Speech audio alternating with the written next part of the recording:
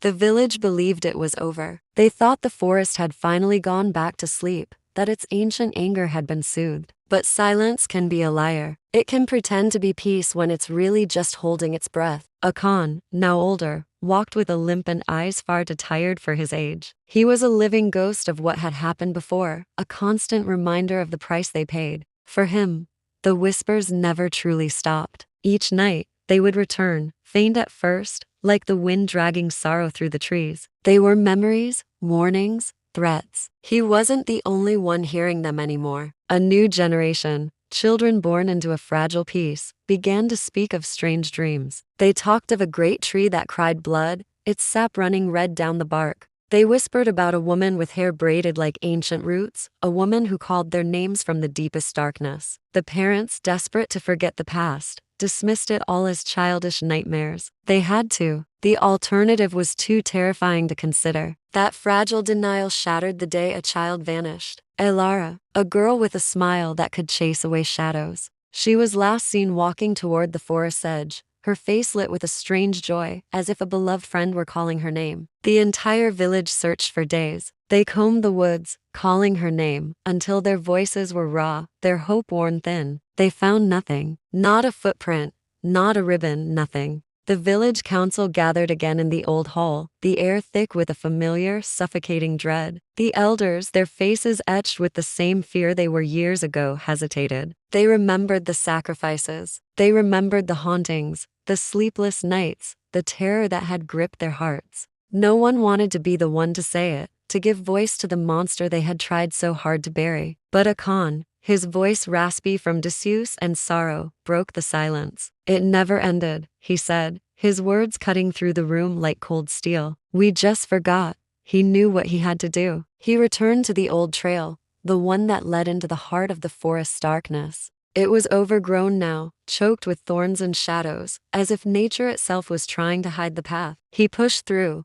the branches snagging at his clothes like desperate hands. And then he saw it. Carved into the rough bark of an ancient oak, a tree he knew all too well, was the name of the missing girl. Elara. It was written in her own distinct, looping handwriting. But the letters weren't carved with a knife. They were burned into the wood, blackened and smoking, as if written by a finger of pure fire. A chill, colder than any winter wind, sank deep into Akan's spine, stealing the air from his lungs. He felt the forest watching him, not just with a vague malevolence, but with a focused, intelligent hunger. And then he heard it again, the voice, the same one from his nightmares, the same one that had haunted his every waking moment for years. Only this time, it wasn't whispering. It wasn't calling or crying or pleading. This time, echoing through the silent, waiting trees, it was laughing.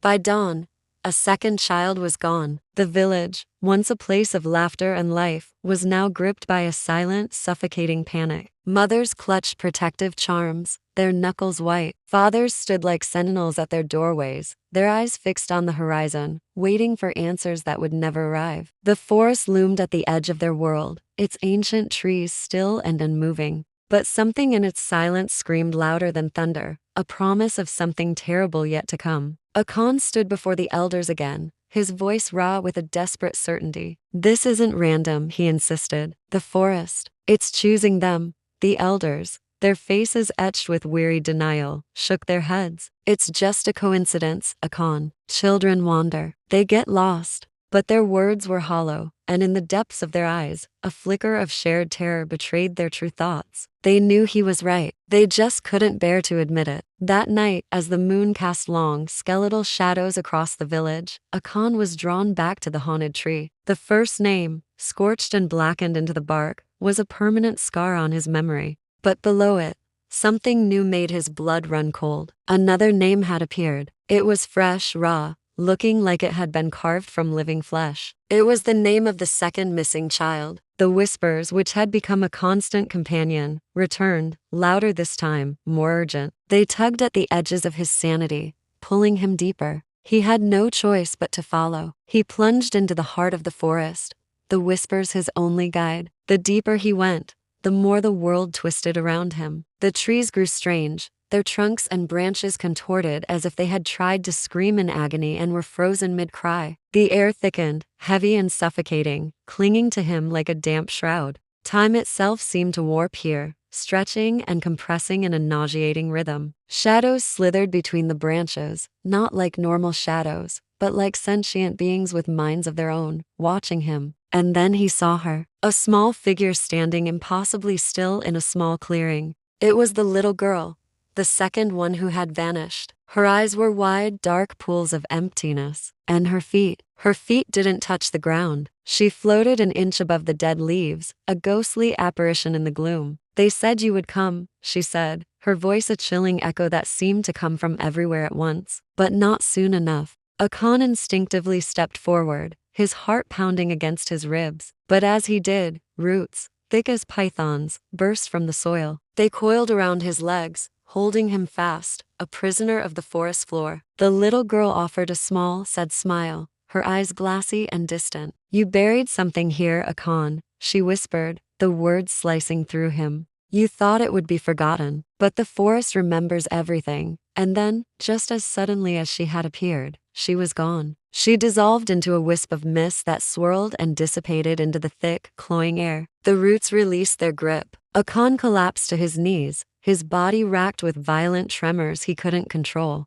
The girl's words echoed in his mind, clawing at a memory he had suppressed for years. He didn't bury something, he buried someone, and the forest had not forgotten. It had just been waiting for its revenge. Akan didn't sleep that night. He just sat there, right at the edge of the forest, clutching that old wooden pendant. He hadn't touched it in years. It was the last thing he had of his younger brother, Osei, the boy who simply vanished into those woods 15 years ago. He was only 10. The whole village searched for days, weeks even, but they found nothing. Akan was the last person to see him. He knew that, but he never told anyone the full truth of what happened that day. Now it felt like the forest itself was whispering the secret back to him, rustling through the leaves, a sound only he could hear. It was a haunting melody of guilt and fear, one that had been playing in the back of his mind for a decade and a half. The disappearance of the little girl had reawakened it all, pulling him back to that terrible day. He couldn't ignore it any longer. The next morning, driven by a force he couldn't explain, Akan returned to the heart of the trees, to the exact spot where the girl had vanished. He stood beneath the ancient, gnarled fig tree, its branches like skeletal fingers reaching for the sky.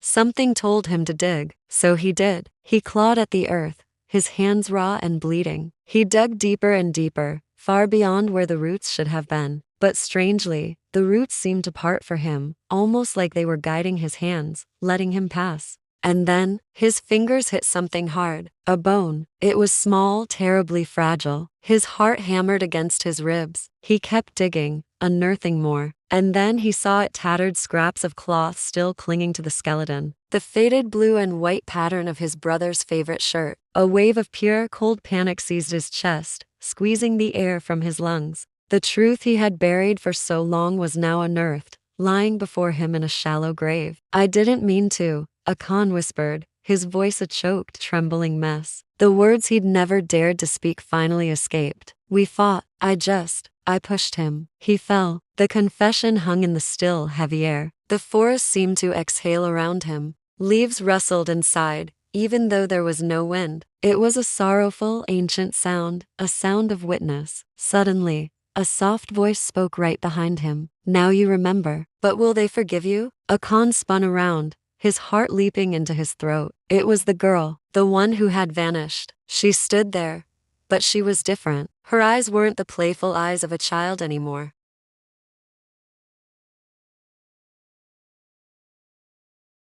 She didn't look like a little girl, but like something much, much older. "The forest doesn't forget," she said, her voice echoing the rustling leaves. "It keeps what it's given.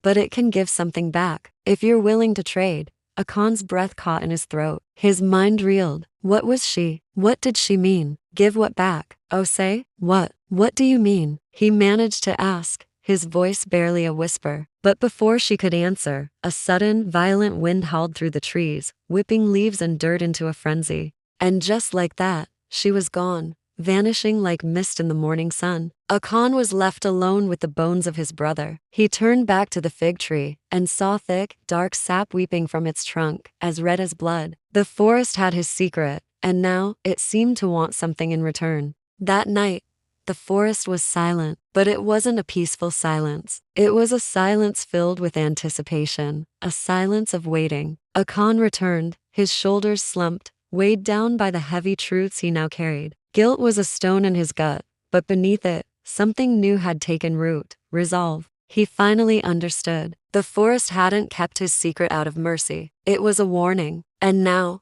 it demanded balance. He found himself standing before the ancient fig tree, the grave, and she was there again. The girl, barefoot, her simple white dress soaked through with the morning dew. Her eyes weren't the eyes of a child. They were ancient, holding the wisdom of seasons he couldn't even imagine. "You said the forest would give something back." Akan's voice was raspy, cutting through the stillness. The girl simply nodded, her gaze unwavering. "But nothing is ever free," she replied, her voice a soft echo of rustling leaves. "You buried a life here. To unearth it, you must offer another in its place." Akan's heart hammered against his ribs, a frantic bird trapped in a cage. "Mine," he choked out, the word barely a whisper. "No," she said, and the gentleness in her tone was almost painful. "You have carried the weight long enough. The forest wants your voice. It wants your memory. It wants the pain." He hesitated, the implication of her words slowly dawning on him. To give up the pain meant giving up the memory that caused it.